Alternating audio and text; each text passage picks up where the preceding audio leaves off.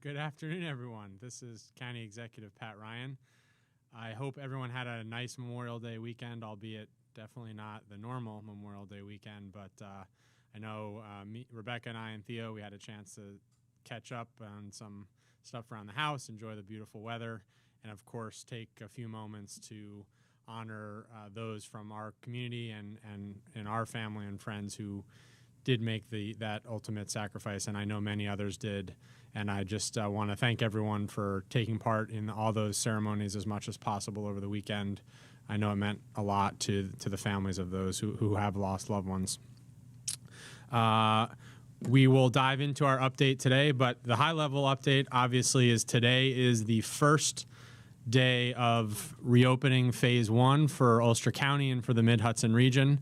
So overall, I do think that is good news, but with that good news comes additional responsibility and actions and steps that we're all going to need to take to make sure that we can continue progress forward. So we'll talk more about that, but I think it's a beautiful day outside. It's a good day to take a small step towards reopening, and I hope that everybody appreciates the progress that we have made over the last few months. In terms of the data, we are right now at 1,683 total positive cases. Our testing continues to be very effective, and the numbers are going up. We've tested just shy of 14,000 residents now, so our infection rate of based on total tested is down to 12%. So again, that was at 13.7 last week. We continue to see that percentage of positive go down, which is good news. Unfortunately, we have had 73 county residents succumb to COVID-19, including one over the weekend. And we send our condolences and our love and thoughts to their family and loved ones. And in a brighter note, we've now had well over 1,000 residents who have recovered, 1,024. You can see the projections on the graph in terms of best, most likely, and worst case. Increasingly, I think we should probably switch that because our most likely seems to be the best case, which again is a credit to everyone out there who continue to follow the guidelines, and we've really slowed the spread quite effectively at this point. And 10 days out would see around 1,700, 1,800 cases as most likely. In terms of hospitalizations and fatalities, you can see the updated chart here. We've been hovering right around, really since mid-May, we've been hovering right around just under 10 individuals hospitalized in county hospitals. And that is obviously significantly lower than the peak back in April, but still higher than we would like. So we still have some work to do there. We currently have 10 residents hospitalized, and we have had now 2 move into the ICU. So particularly for those 2 and their families who are fighting right now, we're thinking of you and hoping for a speedy recovery. In terms of active cases in the county, this is a number that we want to see and do see continue to decline. We are now at 586 active cases, and you can see now quite clearly on this graph, we of course had the sharp increase from March through mid to late April, but we've been on a steady decline since the end of April. And as long as we continue on current trends, we anticipate that to continue as well. Final graph. This is the new positive cases graph. So this graph again shows the orange line shows how many individuals each day were positive, new positives each day. And then those blue bars show how many individuals we've tested each day, total tests. So again, you can see the blue bars, those numbers have gone up and up, and we've done more and more testing at our 4 testing sites over the last few weeks, and yet we see the number of new positive continue to go down. As an example, over the last 24 hours, we tested 148 individuals and only 6 were positive. So that is, again, continued good news and a good reflection of how much the infection rate is right now, and that it is quite low. I do want to encourage everyone, especially as we now get into reopening phase 1, I want to make sure everyone understands that testing, the sort of the bar to get tested, and any restrictions that were there have been significantly loosened. Effectively, at this point, almost anyone who wants to be tested can. In particular, I would encourage anyone who is part of a phase 1 business or organization, and we'll talk through that list in a second. But if you are going back to work, would highly encourage you to make use of our 4 testing sites in the county. Again, one in Ellenville, one at Tech City, a former Tech City in the town of Ulster, one at Health Alliance in Kingston, and one at the Rite Aid in Kingston on Flatbush Avenue. Those 4 testing sites are available, and anyone who is going back to work in phase 1 in any of those industries, regardless of symptoms or exposure, you can go ahead and get tested, and would highly encourage everyone to do that if you would like. And we want to continue to see those testing numbers go up over time. We have more capacity. Final slide with public health updates. This is our hospital and treatment capacity. Again, I do think it's worth taking a minute to just think back. Month and a half ago, 6-ish, 7 weeks ago, we were at a point where this slide in particular was very concerning. Basically blinking red light, warning lights that we were running out of capacity. We have gotten the things well in hand now and have very, very good hospital capacity. As I mentioned, 10 COVID-19 patients in hospital beds, and 2 of them in ICUs on ventilators right now. So those are the public health updates. What I want to spend a little time today, given that it is the first day of phase 1 for reopening, is just talking about how that is going to work, what each of us needs to do as business owners, and community leaders leading different nonprofits or other organizations. And then I also want to talk about the role for every single resident, the responsibility really that every single resident has to make sure that as we begin phase 1, we do so responsibly and safely, and that's going to take everybody playing that role. As a reminder, our resilience economic plan that we outlined well over a month ago really included 3 components: recovery, reopening, and realignment.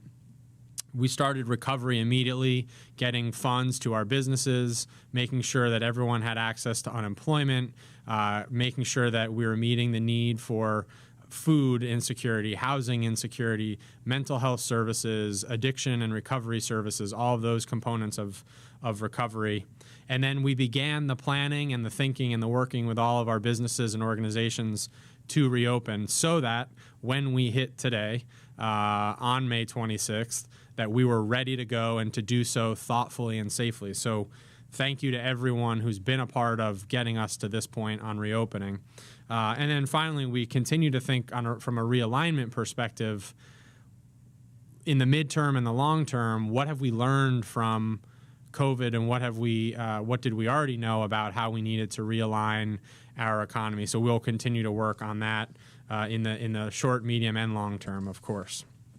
But for today, we'll focus mostly on that reopen phase. So just as a reminder, I do know that this is complex and there are a lot of different moving pieces here. So I want to make very clear who is impacted by phase 1 reopening today on Tuesday, May 26th. There are 5 high-level categories of businesses and organizations. Number 1, construction, all construction. Number 2, agriculture, forestry, fishing, and hunting.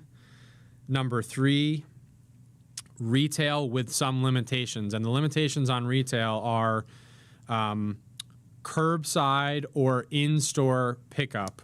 So basically, retail can operate sort of the same way that our restaurants have been operating, where you can't go in, unfortunately, and browse around or have a crowd in the store, but you can still And I would encourage you to frequent our local small business retailers that have been anxiously waiting to open, and you can do in-store pickup or drop-off as well as curbside.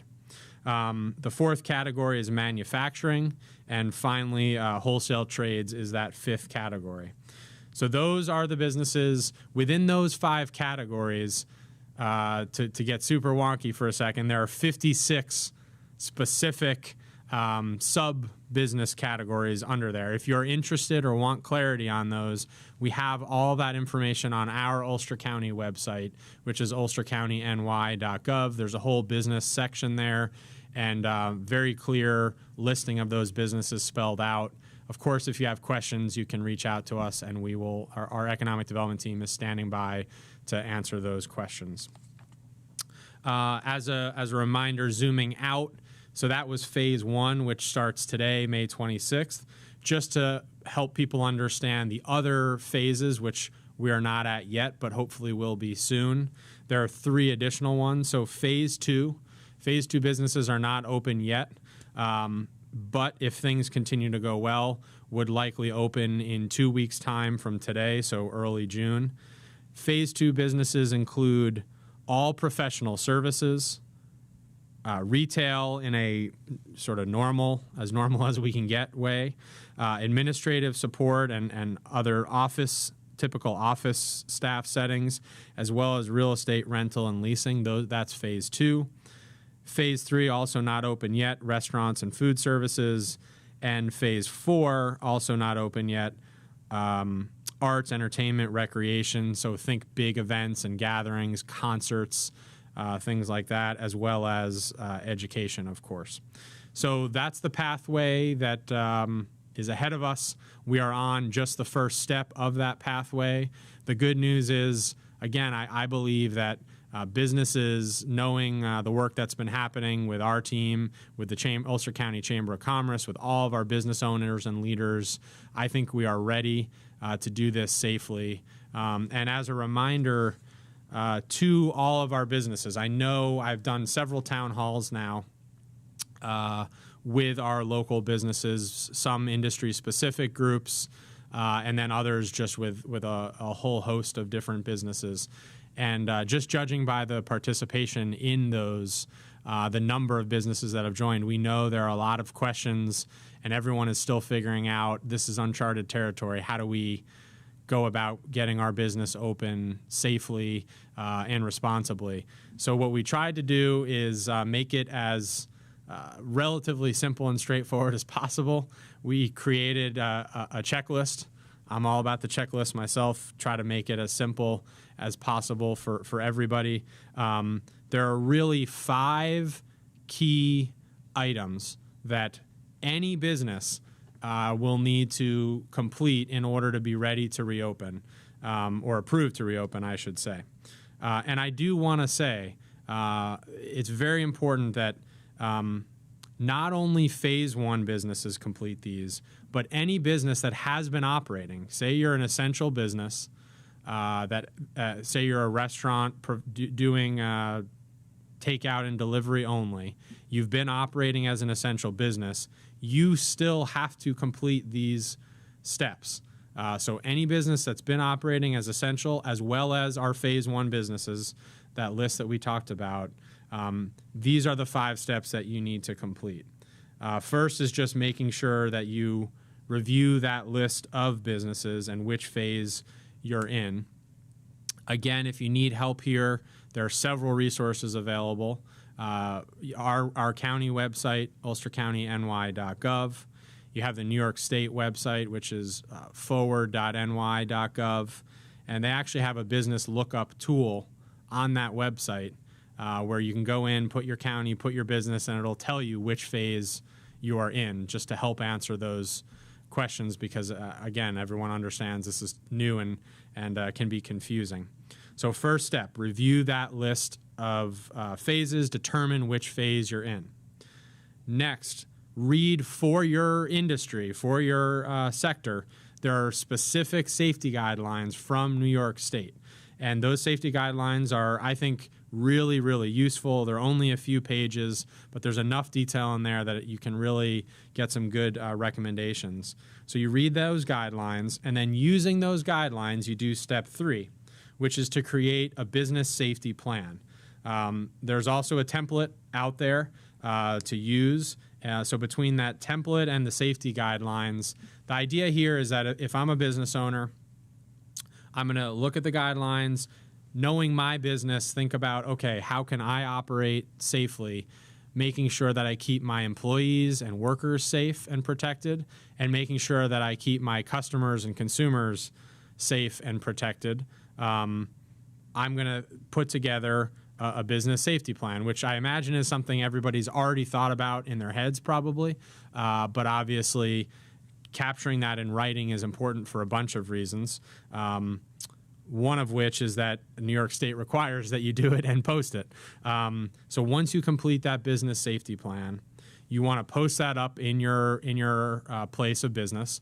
Post it where your employees can see it, customers can see it, and customers will know that you've put thought into making sure your business is going to operate safely. I think this is important to make sure that everybody feels reassured that if I'm walking into a business or a manufacturing operation or a construction site, I know that the individuals running that have really thought through how to keep everyone protected and safe. So you post that up.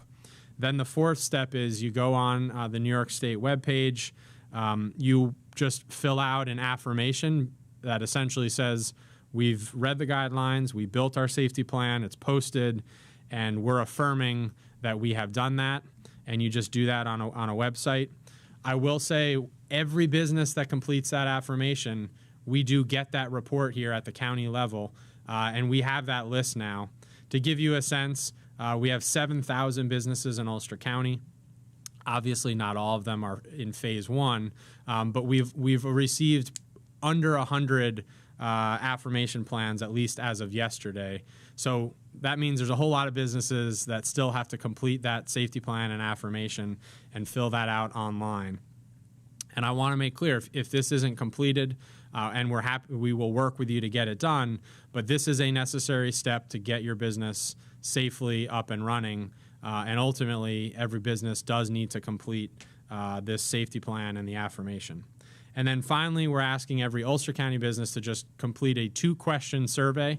And really, we're just asking you, have you done your safety plan? And what can we do to help you? What do you need from us, our Ulster County Economic Development Team, whether that's more information about safety, whether it's help with your redoing your business model or hiring employees, or whatever categories of need you may have.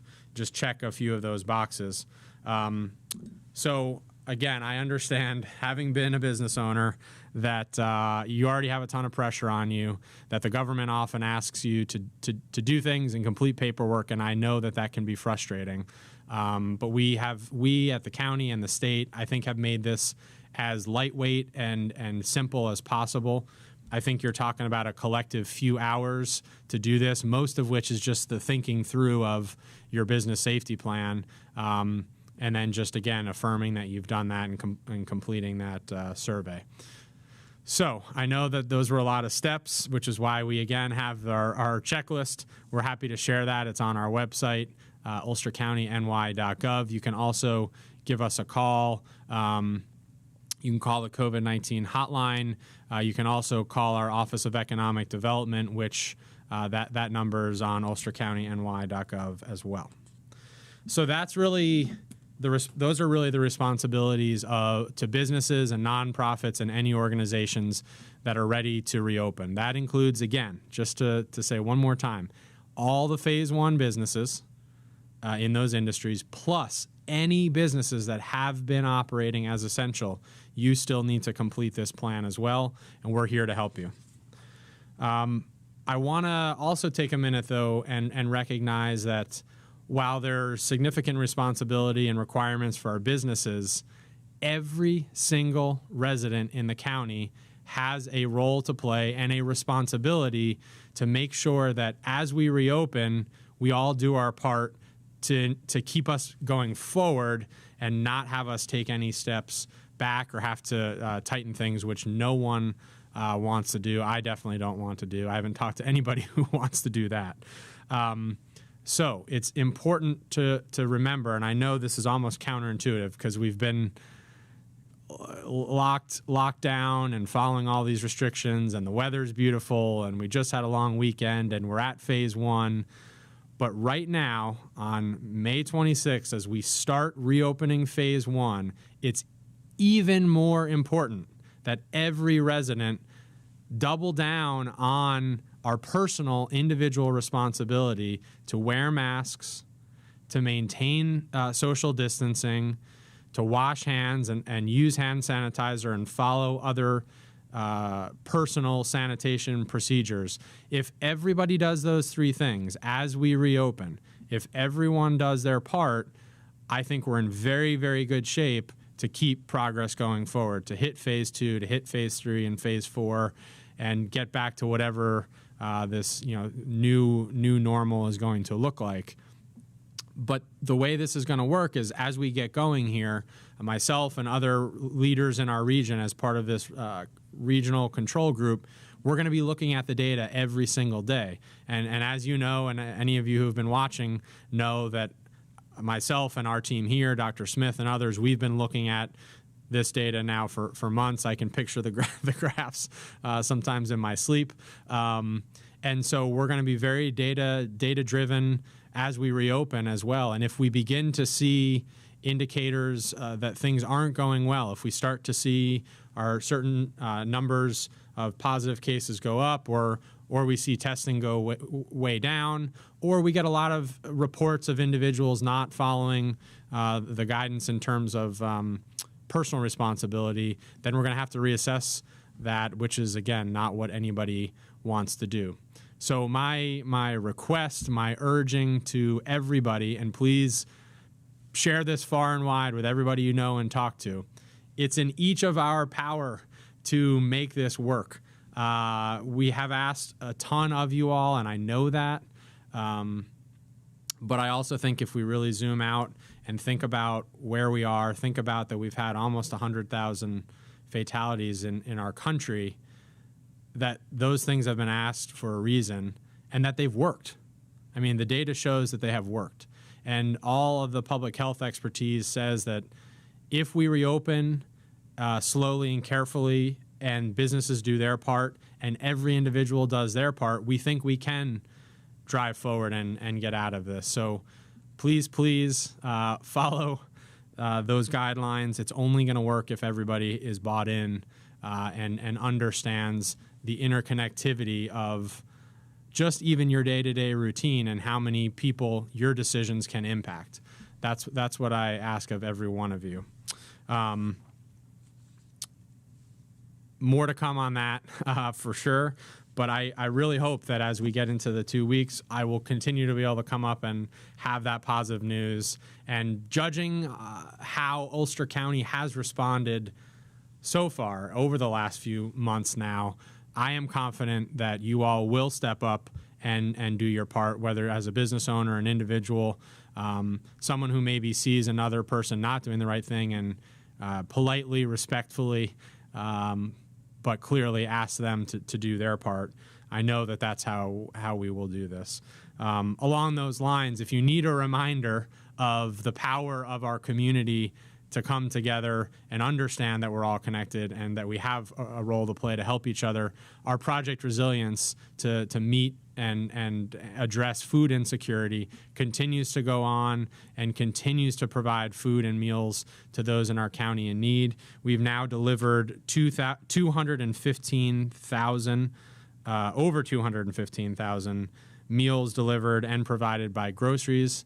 Again, I want to thank everybody. I went on the webpage just actually before this. We still have donations coming into that, which is incredible, and I thank you. If anybody out there, by the way, from Onteora Teachers Association, from the Onteora School District Teachers Association, I didn't realize this, but about 2 weeks ago, you all made a very generous contribution to Project Resilience, and I want to thank you all for that. And that's just one of thousands now of people who have help support this with, if they're able, with donations, small and large. So a really, really resounding success. And if we follow the same model we did with resilience as a community and we bring that mindset to our reopening, we will be in a very good place. Final note as we head out and safely enjoy this beautiful day, I just want to, again, as we do always, thank each of you, thank all of our folks working on the front lines of COVID. And this is the way that I think about this. As we shift into reopening phase 1 and going forward, this list of people that are essentially on the front lines and at greater risk is going to grow and grow and grow as more people go back to work and more people are out and about. So again, it's even more important that we follow the guidelines in terms of masks, social distancing, and hand washing and sanitizer. If you have questions on any of this, if you have ideas and input, you can always reach out to us. We will continue to update you, to keep you informed, to be data-driven, and ultimately to help guide us through this kind of crazy time that we're in. Our next update will be on Thursday at 2 p.m. Today is Tuesday. I kind of forgot because we had a long weekend. So we will see... we will see you all on Thursday at 2 p.m. I want to thank, as always, the Radio Kingston team, Diane and Roxanne for their help, Manuel for his help, all bringing our message to a wider audience so that everyone can participate and engage. Again, please hang in there, be healthy, be safe, be resilient, and we will see you in about 48 hours.